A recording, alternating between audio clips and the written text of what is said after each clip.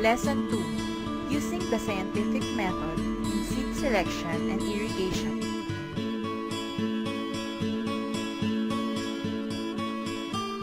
In Lesson 1, you learned what the scientific method is and what steps one follows to apply it. The scientific method is a logical and orderly method or procedure of investigation. In the scientific method, the problem is analyzed carefully and a hypothesis is made and tested through a process called experimentation. Data are obtained, analyzed, and interpreted. Based on the results of the research and analysis, conclusions and recommendations are made. These recommendations are implemented in order to solve the problem.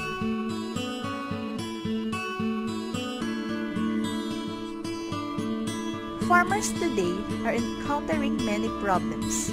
These problems include the mismatch of soil to crops, uneven effects of fertilizer application, planting during the wrong season, and the destruction of the environment by pesticide use.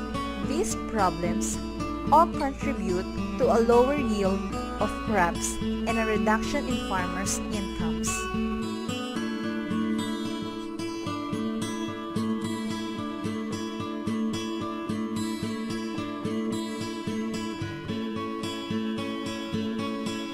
The scientific method of investigation and problem solving combined with the scientific-based technologies and approaches can help farmers address these problems. With the scientific way of selecting seeds, for instance, farmers can be assured of a higher percentage of germination and an expectedly higher harvest. In this lesson, you will learn how to use the scientific method in selecting which seeds to plant and irrigation techniques. You will discover the importance of the scientific method in making decisions that can affect your life as a farmer. At the end of this lesson, you should be able to apply the scientific method in choosing seeds that are good for planting. Enumerate the characteristics of good seeds. Know the importance of water and irrigation to plants, and learn some irrigation techniques. Let's read. Mangustin has just bought a piece of land from a friend. He was glad because he could now have more rice and earn more. Now, I won't have to buy rice anymore. When are you going to plant the field? As soon as possible, I can hardly wait.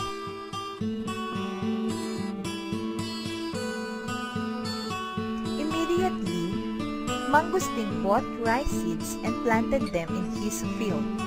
He imitated what other farmers from nearby fields are doing. He was so excited to see the results of his efforts. After 3 months, it was harvest time. However, What happened, Paring Kanor? I harvested only a few sacks. It is much less than what I expected. My rice harvest cannot even cover my expenses in planting and maintaining the rice field. You know, Paring Gusting, you should have considered several factors first before planting. What do you mean, Paring Kanor? As a farm technician, I would advise you to plant first and not simply copy what other farmers do.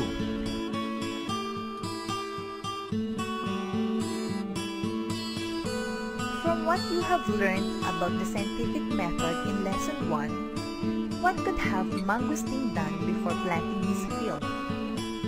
The scientific method is a very useful tool for farming. Mangustin could have followed the steps of the scientific method to prepare his farm for planting. Being a farmer is not as easy as it sounds. There really are a lot of factors that I should consider. I am overwhelmed.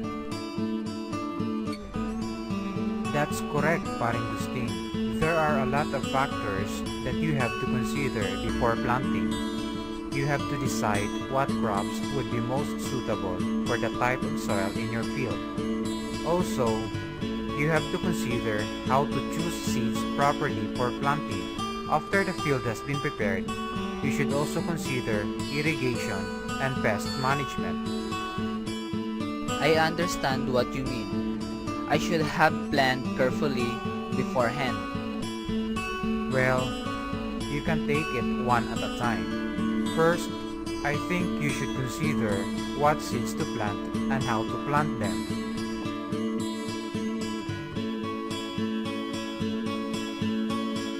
Let's learn. Let us help Mangustin solve his problem. First, Mang Kanor identified a lot of possible problems. When using the scientific method, it is important to identify a specific problem first. Mang Kanor suggested that Mangustin should consider what seeds to plant. Below are the steps to follow when using the scientific method. Below each step is what Mangustin can do. Study these steps carefully. Number 1. Identifying the problem. Mangustin's problem is choosing the right type of crops or seeds to plant on his field.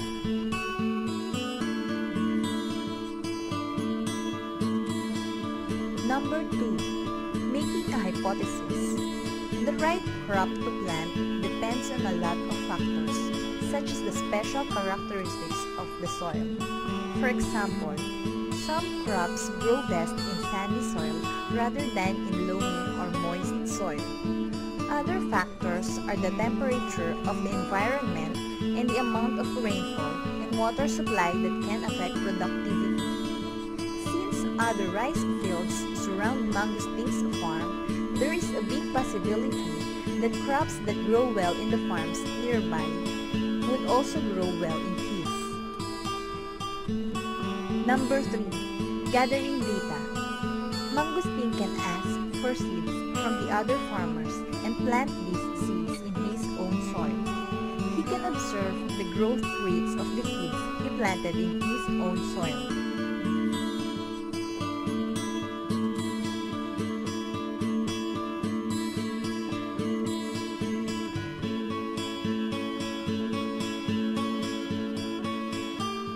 Number 4. Analyzing the data. Mangustin will compare the growth rates of his plants with those of the plants in the nearby rice fields. Number 5. Making a conclusion. Based on his observations and analysis, Mangustin can now tell which type of seeds he should plant in his soil. Number 6. Making and implementing recommendations. Based on his conclusion, Mangustin can now choose the type of seed he will plant and he can now go about planting on his farm. Let's learn.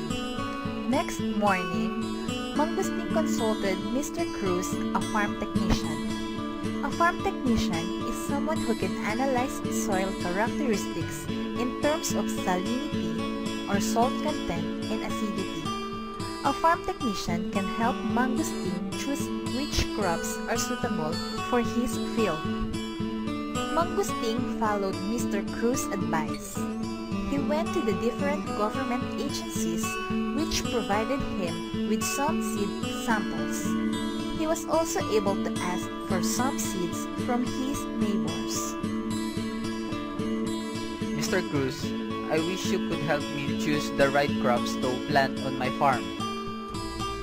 I suggest you to plant rice, Mangustin, like the farmers do in the nearby fields. I already made a survey of your area and the soil quality is really suited for growing rice. But I don't know how to choose which seeds to plant. To get a good harvest, you should get good quality seeds. These can be obtained from accredited government agencies like the Bureau of Plant Industry. This agency has an office in our town. You could also ask the regional office of Department of Agriculture. I am sure they can refer you to a place where you can get good seeds. I am sure the farmers around you have good seeds from this year's harvest. Maybe you can ask some from them too. Let's try this. I have decided to plant on my rice field, but I have 6 varieties of rice here. Which variety should I choose?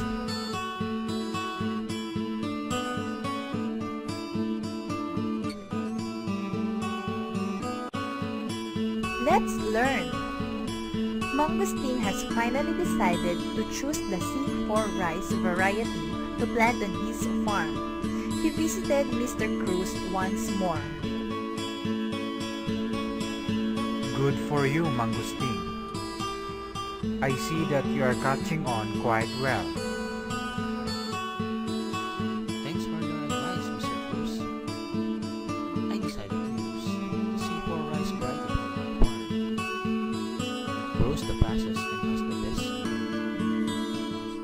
I have a few questions though. Can you tell me the characteristics of the good seed?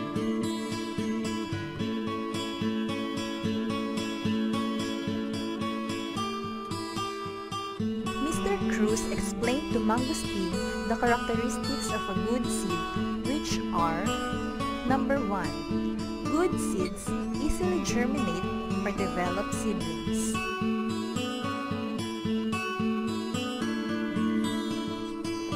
You can do any of the following to make a seed germinate faster.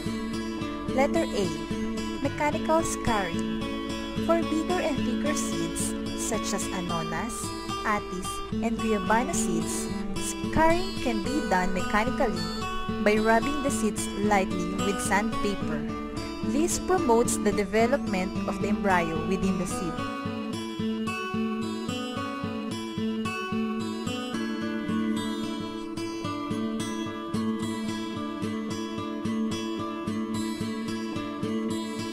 Letter B. Scalding. Scalding is good for hand seeds with waxy coating, such as atis seeds. Scalding is done by pouring very hot but not boiling water over the seeds and allowing the seeds to soak until they swell and sink. The water decreases the waxiness of a seed's outer covering to enable it to absorb water better.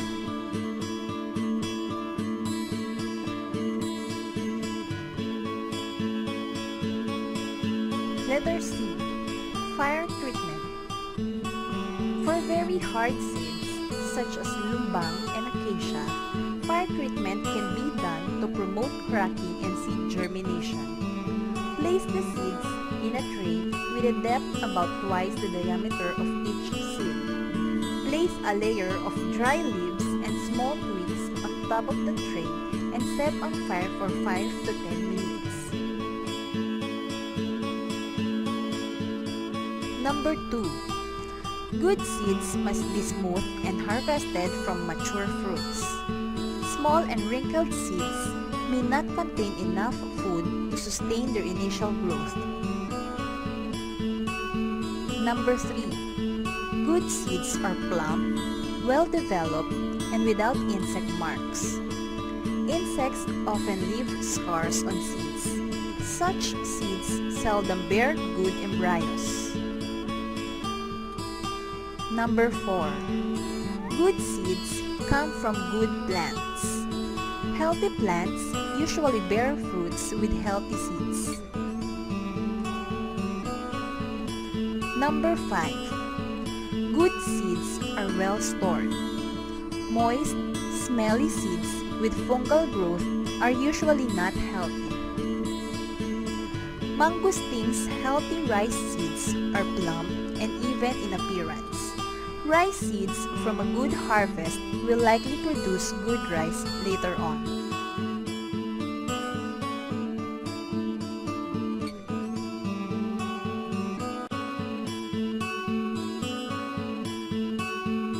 Let's think about this. Seeds are baby plants inside a protective covering. Why do healthy-looking seeds usually develop into healthy plants? Like healthy babies having a better chance of developing into healthy children and adults, healthy-looking seeds are more likely to develop into healthy plants. This is because the plant embryo inside the seed is very delicate. If the seed appears unhealthy, that is, it has insect marks or signs of fungal growth, there is a big chance that the embryo inside is also unhealthy or may even be destroyed already. Study the illustration below to understand this better.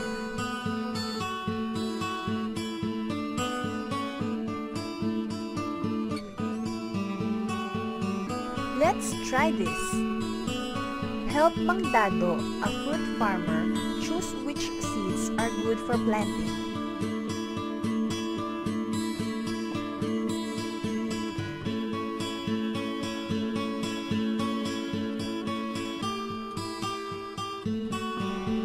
Let's learn! After consulting a farm technician, Mangustin went to a certified rice grower and purchased the rice seeds he needed. He then asked the help of his sons, Jose and Pong, in preparing the seeds for planting. Father, what shall we do now? We are going to make the rice seeds germinate or sprout, Jose. What does germinate mean, Father? When a seed germinates, the embryo or the small rice plants inside the seeds is allowed to develop. How do we know when seeds have already germinated? Well, the small embryo inside the seed becomes bigger and the seed swell. Also, a small plant or a seedling starts to come out. How do we do it, Father?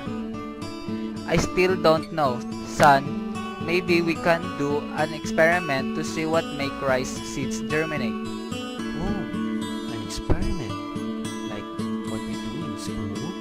I'm excited already.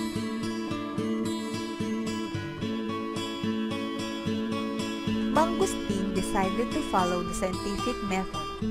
He indicated that he and his sons needed to find out what makes rice seeds germinate best. He stated that maybe moisture is needed because water makes plants grow. He tested this hypothesis by preparing two sets of seeds. One set was soaked in water first, while the other seeds were placed in a tray and covered with an inch of soil.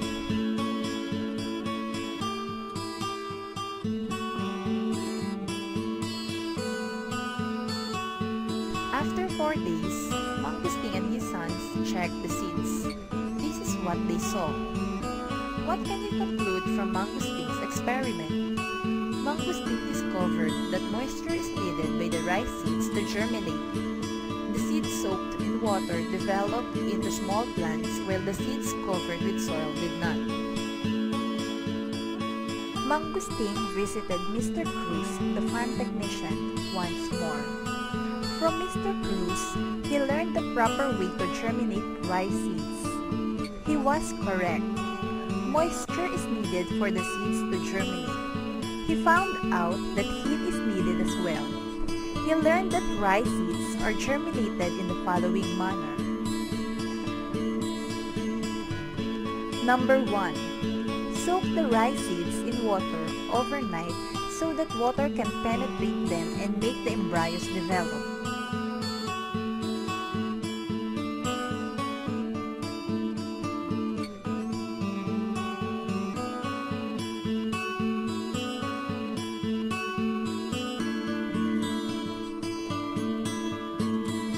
Number 2. Collect the seeds and drain the excess water from the container where the seeds are soaked. Number 3. Transfer the seeds to a cemented surface and cover the seeds with thick layers of sacks or damp cloth for warmth. Heat is needed for seed germination. Number 4. After 3 days, The seeds should have already germinated. If the seeds failed to germinate, further heating may be necessary. This can be achieved by adding more layers of damp cloth. Number 5. When the seeds have swollen and started to look like small plants, they have already germinated. Number 6. They can then be transferred to trays of moist soil to encourage further development into seedlings. This can later on be transferred on field.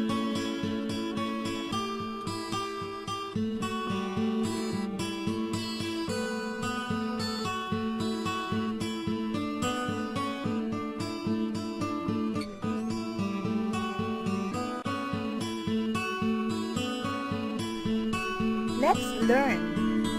You learned that moisture is needed for seed germination. In this part of the lesson, you will learn that plants need water to grow and mature. As a farmer, you should keep in mind that the water that your plants receive has to be regulated. Water is essential for plants to perform photosynthesis. Photosynthesis is the process by which plants make their own food. Water is also important for dissolving the mineral nutrients in the soil so that plants can absorb them through their roots. We have already finished planting the seedlings in the field, Father. Yes, Pong, but we need to do something else. What is it? We have to provide water for our seedlings to grow into big rice plants. How much water do our plants need? How about doing another experiment?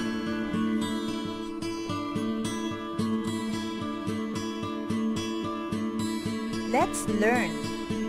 Irrigation. If you used rice for the above activity, like mangosteen, you will discover that rice grows best in wet soil. Rice farmers often keep their rice fields wet through a process called irrigation. Irrigation refers to the regulated water supply of a plot of land that is available for plants. Rice fields usually require at least 5 inches of water above the soil for optimum plant growth. Other plants may have different water needs. Cacti thrive in desert. These plants do not need a lot of water to survive. Garden plants usually need moderate amounts of water, just enough to keep the soil damp. Kangkong needs muddy water, while seaweeds need to be submerged in salt water to survive.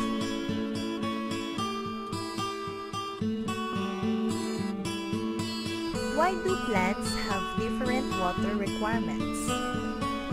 What is it about these plants that make them need a certain amount of water? Plants, like human beings, are different from one another. Each plant has a structure and function that helps it adapt to its environment. For example, the cacti in the desert have very thick coverings that prevent water loss. Seaweeds, on the contrary, have very thin, almost transparent membrane coverings. Their specific structures make these plants adapt well to their environment.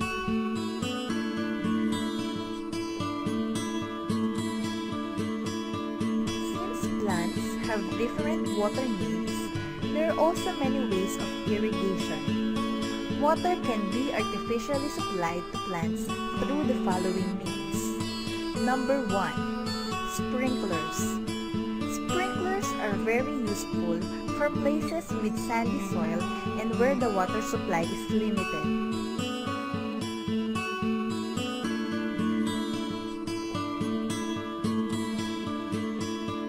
You have studied the different ways of artificially delivering water to plants. The effective delivery of water to plants is very important in agriculture. The scientific method can be used to devise ways through which this need is met.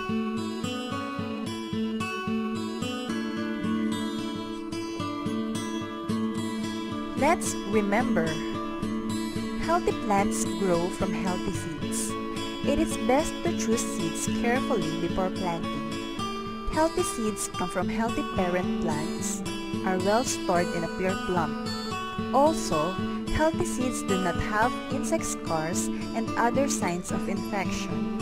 Seeds can be made to germinate better through mechanical scarring, scalding, or fire treatment. Irrigation is the process of artificially delivering a controlled amount of water to plants. All plants need water to survive. However, the amount of water needed varies from plant to plant.